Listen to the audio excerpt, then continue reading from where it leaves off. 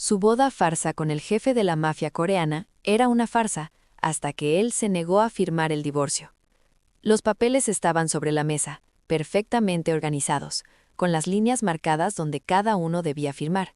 Tú los habías preparado tú misma, con la misma meticulosidad con que habías entrado en este acuerdo 18 meses atrás.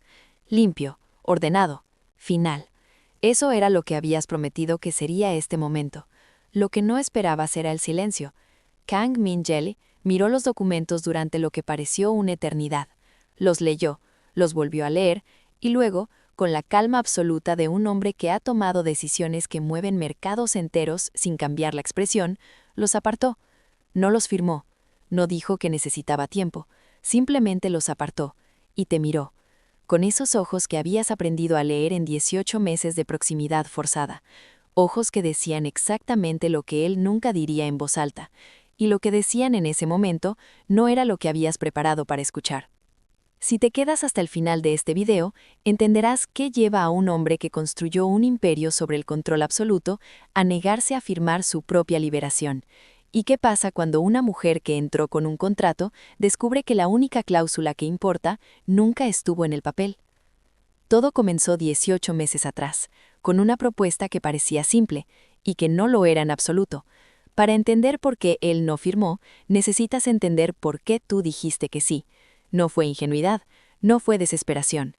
Fue una ecuación que tenía sentido completo en el momento en que la evaluaste, y que fue cambiando de variables tan gradualmente que cuando quisiste hacer el cálculo de nuevo, el resultado ya no era el mismo.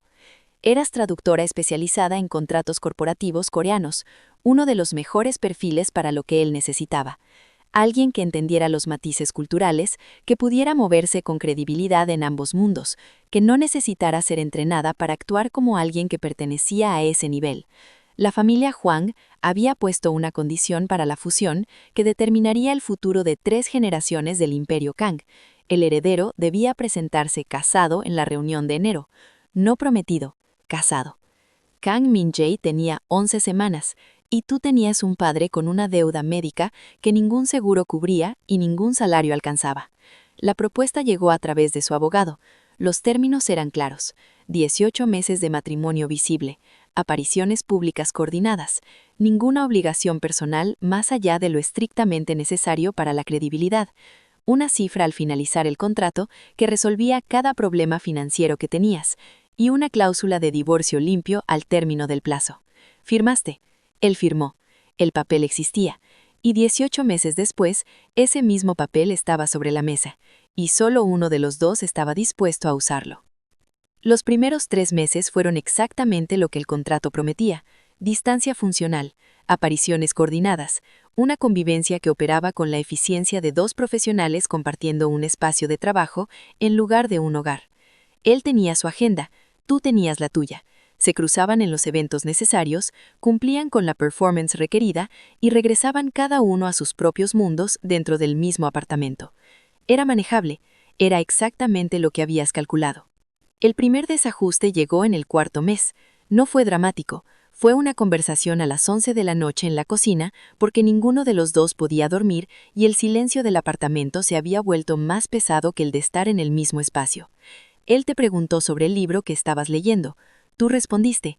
Él hizo una pregunta de seguimiento que demostraba que había escuchado la respuesta anterior con una atención que no estaba en el contrato. La conversación duró 2 horas. No sobre negocios, no sobre la performance, sobre el libro, sobre lo que pensabas del libro, sobre lo que eso decía de cómo veías el mundo. Volviste a tu habitación a la 1 de la madrugada con la sensación específica de alguien que acaba de descubrir que el territorio que creía conocer tiene más profundidad de la que el mapa indicaba.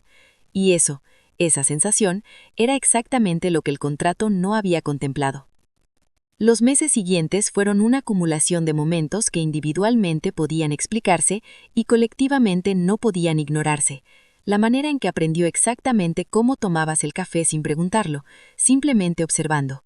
La noche que llegaste tarde de una reunión que había salido mal y encontraste en la mesa tu comida favorita sin ninguna explicación, como si hubiera sido algo completamente normal. la forma en que, en los eventos públicos donde la performance era total, había una diferencia sutil pero real entre cómo te trataba cuando había audiencia y cómo te trataba cuando creía que nadie miraba, y la segunda versión era más cuidadosa, más presente, más genuinamente atenta que la primera. Esas inconsistencias te perturbaban más que cualquier hostilidad hubiera podido hacerlo, porque hostilidad es legible. Cuidado no solicitado en un acuerdo contractual es un problema de interpretación que no tiene respuesta limpia. Intentaste mantener la distancia que el contrato requería, pero la distancia en un espacio compartido es un esfuerzo activo, no un estado natural. Y el esfuerzo activo sostenido durante meses tiene un costo, lo pagaste en sueño, en conversaciones mentales que tenías sola, tratando de recategorizar cosas que resistían ser categorizadas. En el momento específico, mes 9, en que te diste cuenta de que habías dejado de contar los días que quedaban al final del contrato. ¿Tú también lo has vivido? ¿Ese momento en que dejas de llevar la cuenta porque la cuenta ha dejado de ser lo que importa? El mes 12 fue cuando la arquitectura del acuerdo comenzó a mostrar sus grietas de manera visible.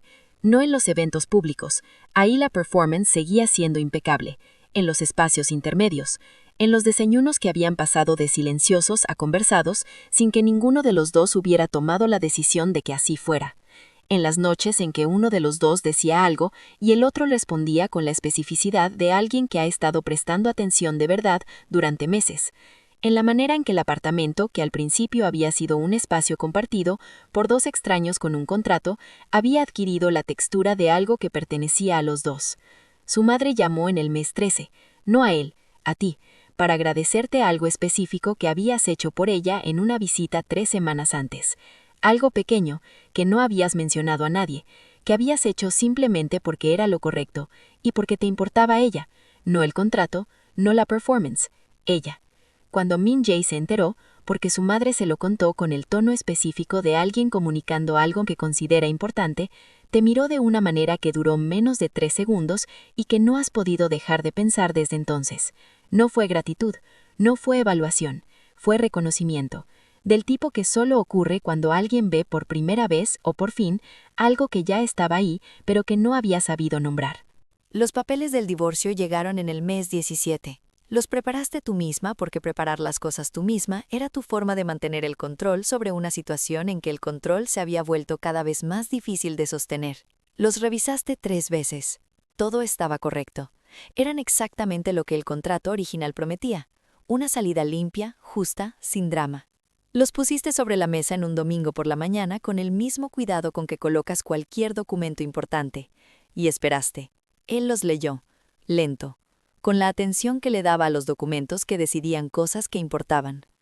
Y luego los apartó, sin firmar, sin explicación inmediata. Solo los apartó y te miró y dijo, en la voz que reservaba para las cosas que había decidido completamente, que necesitaban hablar antes de que cualquiera firmara nada. Tú dijiste que no había nada que hablar, que el contrato era claro, que el plazo había terminado, que ambos sabían desde el principio cómo terminaba esto. Él dijo que sí, que ambos sabían cómo se suponía que terminaba, y que eso era exactamente lo que necesitaban hablar, la diferencia entre cómo se suponía que terminaba y cómo había terminado realmente.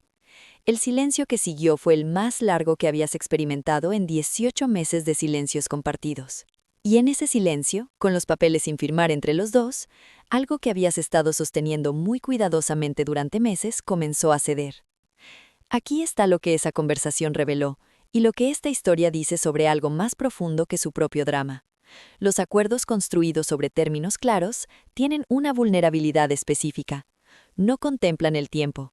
No contemplan lo que ocurre cuando dos personas comparten un espacio de manera genuina durante suficiente tiempo como para que la proximidad haga lo que la proximidad inevitablemente hace. Revelar.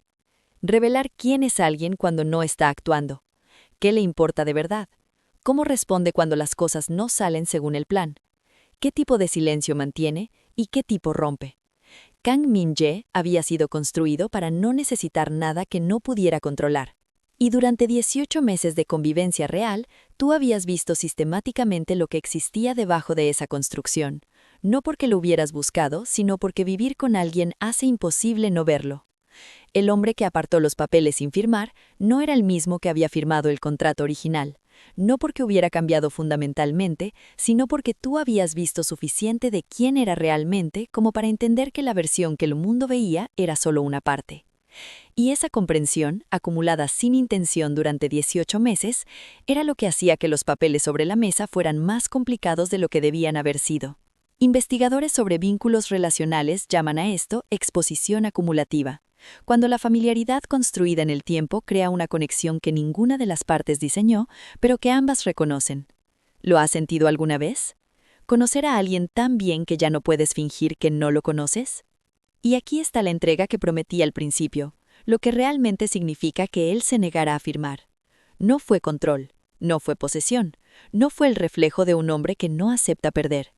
Fue, y esto es lo que la conversación del domingo por la mañana reveló cuando finalmente ocurrió de verdad, la primera vez en la vida adulta de Kang Min-jae que eligió ser honesto sobre algo que no tenía garantía de salir bien.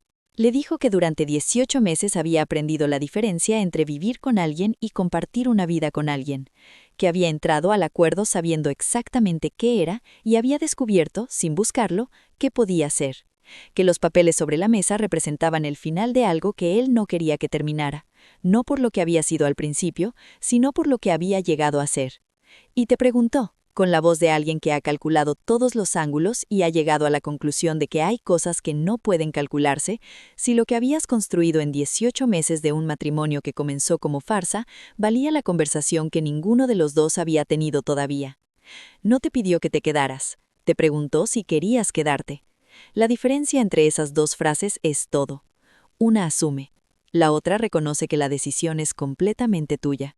Y en esa distinción, en ese respeto específico por tu agencia en un momento donde él tenía todo el poder de no respetarla, estaba la respuesta a una pregunta que llevabas meses sin saber cómo hacerte. Lo que viene después de esa conversación no es sencillo. Nada de reconstruir algo que comenzó como contrato sobre una base real es sencillo. Están los ajustes, las conversaciones que nunca tuvieron porque el contrato no las requería y que ahora son necesarias. Están las personas alrededor de los dos que conocen la historia del contrato y que tendrán interpretaciones sobre lo que significa que continúe. Está la familia Huang, cuya percepción del matrimonio Kang ha sido construida por una performance que ahora necesita coexistir con algo genuino en maneras que no siempre son cómodas. Y estás tú, con el trabajo de entender qué partes de lo que sientes son reales y qué partes son producto de la proximidad sostenida y la ausencia de alternativa. Esa distinción importa. No porque invalide lo que sientes, sino porque construir algo real requiere saber qué material estás usando. Lo que aprendiste en 18 meses de un matrimonio que comenzó como farsa es algo que aplica mucho más allá de esta historia. Que los acuerdos que diseñamos para mantenernos seguros frecuentemente crean las condiciones exactas para que algo inesperado nos encuentra. Que la protección que buscamos en los contratos es real y también es permeable. Y que a veces la cosa más valiente no es firmar los papeles que tienes preparados, sino tener la conversación que no preparaste para ninguno de los dos. ¿Tú habrías firmado? ¿O también habrías necesitado escuchar esa pregunta primero? Los papeles siguen sobre la mesa, sin firmar. No porque nadie haya tomado una decisión, sino porque la decisión que se tomó no era la que estaban destinados a documentar.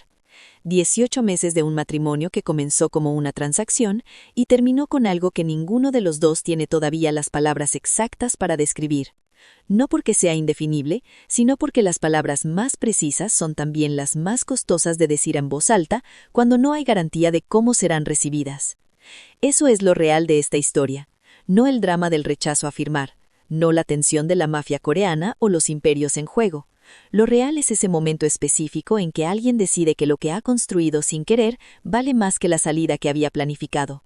Y decirlo en voz alta, con todos los riesgos que implica, es la única forma honesta de descubrir si la otra persona llegó al mismo lugar por el mismo camino sin que ninguno de los dos lo hablara.